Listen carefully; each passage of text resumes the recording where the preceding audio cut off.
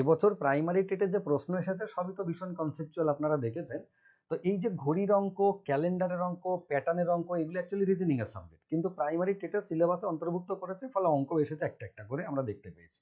তো এটা হচ্ছে ঘড়ির অঙ্ক। 3:20 সময় একটা ঘড়ির ঘন্টার কাঁটার মিনিটের কাঁটার মধ্যবর্তী কোণের পরিমাপ কতটা হবে, এইটা হচ্ছে অঙ্ক।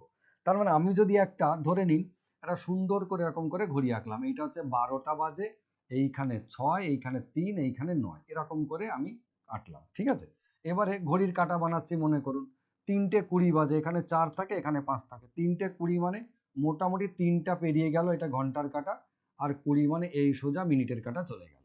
তাহলে এই জায়গার কোণটা কতটা হবে? নর্মালি আমরা দেখে যদি বলি যে পুরোটা হচ্ছে 360 ডিগ্রি, তাহলে এইটা টোটাল 12টা ঘর করা থাকে, 12টা ঘর মানে একটা ঘর থেকে আর একটা ঘর 30 ডিগ্রি করে, 3 12 36, 30 ডিগ্রি। তার মানে 3 থেকে 4-এর মাঝে এটা কত হয়? এটা হচ্ছে 30 ডিগ্রি হয়। আর আমাদের মিনিটের কাঁটা 4-এর সোজা থাকলেও ঘন্টার কাঁটা 3-এর থেকে নিচে নেমে গেছে, তার মানে 30 ডিগ্রি থেকে কম উত্তর হবে। কিন্তু 30 ডিগ্রি থেকে কম উত্তর কাছাকাছি কি আছে? 20 আছে, তাহলে একবারে 20 ডিগ্রি হচ্ছে উত্তর। 30 তো রয়েছে, হবে না। আর 10 আছে, এত ছোটও নয়, তবে 20 ছাড়া আর কোনো অপশন নেই। এটা তো একটা পদ্ধতি। আর যদি আপনি ডাইরেক্টলি অঙ্কতে আসেন, সেটা হচ্ছে এইরকম যে 30 ডিগ্রির সাথে ঘন্টা গুণ করতে হয়, -11/2 করে তার সাথে মিনিট গুণ করতে হয়।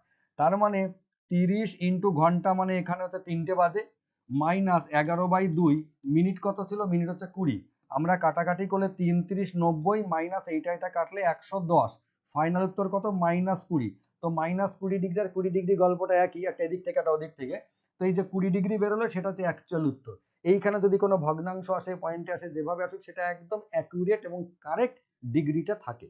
তো যদি সেরকম আপনি পান যে আন্দাজে করতে পারছেন না, তাহলে এই ফর্মুলাটা বসিয়ে করে দেবেন 30 ইন্টু ঘন্টা -11/2 ইন্টু মিনিট, তাহলে একদম অ্যাকচুয়াল ডিগ্রিটা বেরোবে। ঠিক আছে?